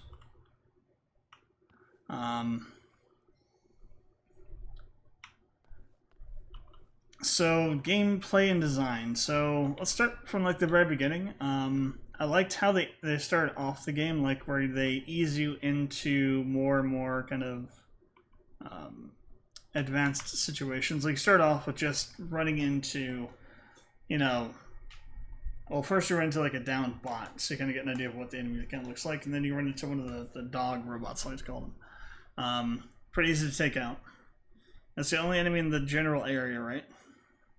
So you get some free exploration to go around and look at stuff without having to worry about combat, and pretty much all the way up to maybe the midway point between there and the church is open as well. And then you run into that one walker bot, and then you got all the other dog bots that show up, and then smaller bots here along with the other dog bots. So far the progression in terms of the scaling of the difficulty of combat's been pretty good. In terms of the design as far as other mechanics go, shooting feels really good in this game. They don't artificially prevent you from hitting something far away with a handgun. I mean, I would assume at some point there's going to be a length at which the bullet no longer will hit because it won't be accurate anymore. But if you can aim well enough and have a steady enough aim, shot rather, you can hit stuff from pretty far away with a handgun. I like when that happens. It's a bit more realistic and gives you more options for engagement, right? You don't have to get within, like, 10, 20 meters of something to shoot it with a handgun, like you do in some other games. Sound effects, or the sound effect, I'm getting a little bit ahead of myself here. Aiming down the sight is good. It's got iron sights on these. I think it's also on the shotguns, also iron sights. Yeah. I'd assume as you get up higher and more into more technology, you're going to have more advanced sights and things like scopes and such. Actually, I know you well because we have a scope in the inventory. Binoculars, those are always an interesting mechanic to see because you can use them to look at and like scout out enemies that are ahead of you. In this game, you can also unlock it showing you enemy distance and something else, like some level, maybe. Probably some more information you can also get and unlock as well. Probably not like target painting and stuff. Like in some games, you can use the binoculars or something to essentially highlight enemies. I don't think we're going to have that in this game, but maybe later on, potentially. The crafting system is pretty well designed. There's a lot of stuff to pick up as you're going around. So you never really are missing out on the common materials. There might be some more rare stuff that's harder to find. But for now, at least, things seem to be pretty easy to get. So that's good. There's a lot of expansion systems in terms of like stats, like skills and stuff like that you can unlock through leveling with our stuff here. So it's like a lot of potential building you can do. You also got all these challenges you can unlock, which I assume will unlock stuff as you go through.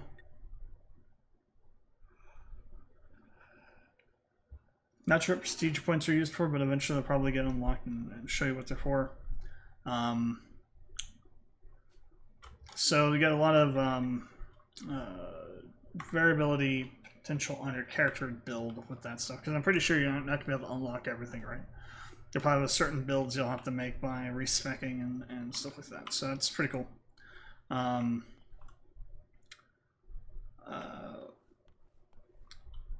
the accessibility features are actually accessibility features. There wasn't anything in the accessibility menu options that was not actual accessibility features, so good on the devs for that.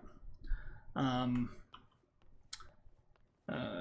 of the mechanics feel like they are in conflict with each other so far. They all feel they're somewhat isolated, but they're also not entirely isolated, so they don't really kind of combine together to form larger sets of game mechanics, right? But they complement each other in their own way.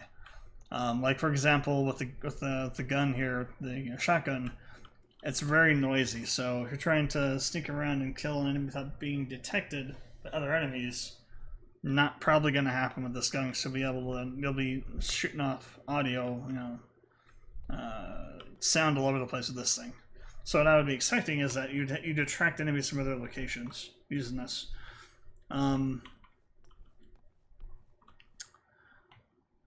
So when it comes, the one thing I noticed that I kind of didn't like was when we blew up those cars, the materials that were in them are still there.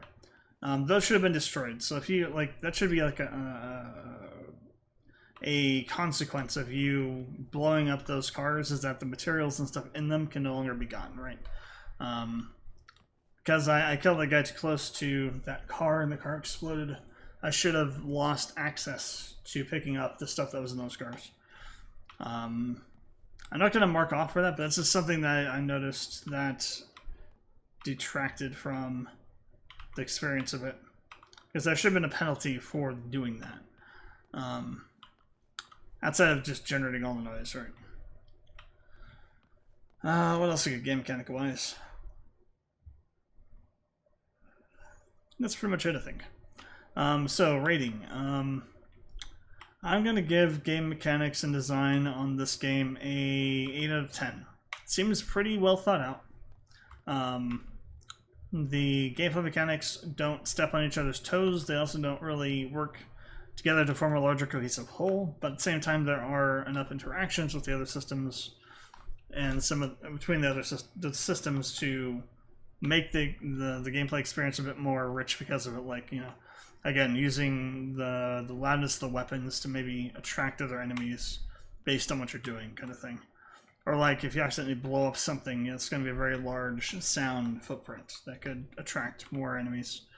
The gameplay pacing, the design of like the weapons and all the other things are pretty good in this game. Art design. So art design, level design, things generally look the way they're supposed to. It's supposed to be the excuse me. Must be like late 1980s, early 1990s kind of time period during the Cold War in Sweden. And yeah, things kind of reflect that, right? Nothing looks too, except for the robots, nothing looks out of place, not in the right kind of design time period wise. So that's pretty good. The level design, I mean, it's open world, so you can't. The level design would then fall back onto like the general areas you can go into, like this building and the church and whatnot. And so far, I haven't seen anything that's too egregious. Like this building here is a little bit squarish, but at the same time, there's only so many ways to build a house, building in the middle of nowhere. You're not going to build this elaborate, like, Jurassic Park, atrium round thing out in the middle of nowhere. It's going to be building this stuff into and have people in. So it's not going to be anything fancy.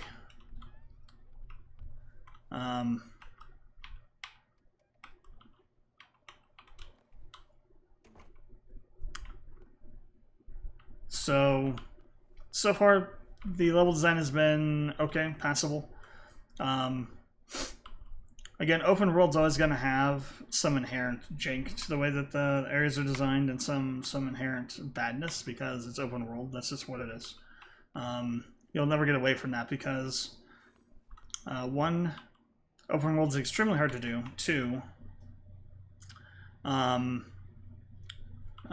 there's always going to be some amount of procedural generation for an open world map. unless you take like 10 years to make the actual map, right? Well, unless you have like 10 man years, let's put it that way. In other words, you have enough developers working on the thing to put in 10 years of work on a map, over however much length of time it is, that they actually work on it. Because it's just too much, right? So there's always going to be some inherent badness to open world mapping. It's just the unfortunate fact of the matter. But everything looks okay so far. Textures look good. I haven't seen anything really too strange, like stretched textures anywhere, like on the ground or anything. So we'll give the art design a 7 out of 10. Could be a bit better, but it's overall pretty good for what this game is. Audio design is next. So I like the fact there's a very huge emphasis on atmospheric sounds as opposed to background tracking. So in other words, like right now, it's very atmospheric. There might be like a tiny hint of a background track, but it's really subtle, right? Not in your face at all. And more so, you're relying on... can we go up on the roof? We can. You're relying on the atmospherics to kind of help you build suspense. Is that a bot over there? I think it is. And no, it's a tree stump. And build tension, right? Like, one of the things that I rip Dead Space for the most is that the audio design in that game is, at least in the original game, is terrible. There's way too much focus on jump scare bait, and not enough actual focus put on what matters to make things scary, which is atmospherics. Atmospheric sounds, atmospheric tension. Instead they go for the jump scare, baity, loud noise bullcrap. In other words, it's like what I call horrible horror audio design is just putting in loud noises for jump scares. That's the lazy approach, horrible, bad approach. The proper approach is building up tension through atmospheric sounds, like putting in some subtle tapping or creaking, or sounds that would normally come from enemies, putting them somewhere in the background of the audio, hidden behind other layers, but loud enough for people to hear. So they're like, oh, wait a second, I think I hear something around me, and then you build up that tension that way. You don't just like drop a body down from the ceiling and have like massive trumpets blaring and out of nowhere with no build up whatsoever. That's very bad design, audio design. Which is why Dead Space for me is not scary. I know a lot of people think feel it's like one of the scariest games they played. For me, it's a 5 out of 10 at best game. And as for like a horror game, horror suspense game, it's like a 4 or 3 out of 10 at best for that kind of specific category for me. Because the way they build up the tension and the horror, it has no effect on me. It just doesn't do what it's supposed to. It's not built the way it needs to be to actually make it effective. I almost thought that was like a giant mech out there, a bunch of trees. It's like, what the hell is this? We're now on Horizon Zero Dawn, giant frickin' dinosaur mechs. But this game does it right. There's a lot of emphasis on atmospheric sounds and building up tension through, it's kind of adding in not random things, but like subtly adding in things underneath, like layers underneath the general atmospheric sound to kind of add in an extra level of like something doesn't feel right here. And then building up that tension to the actual like battle background track that kicks in when you get into a fight. Works really well.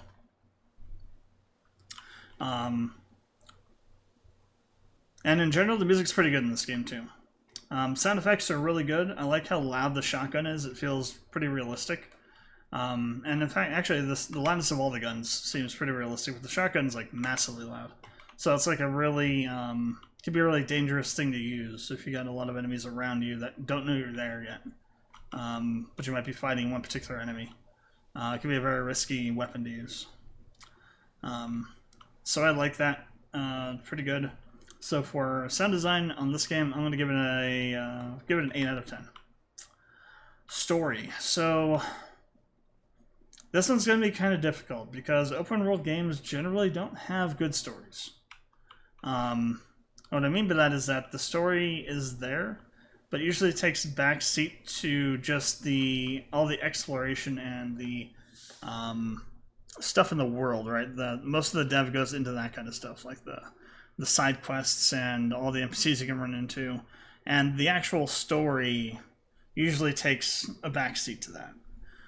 It kind of sort of feels like that in this game so far. It feels like just a regular sort of traditionally designed open world story. Still interesting as hell. So, this is in Sweden, set during the Cold War. Obviously, there's a bit of alternative history going on because we have these mechs flying around all over the place, which I'm guessing were created by the Soviets, potentially. That's the only thing that really makes sense in the context of this time period.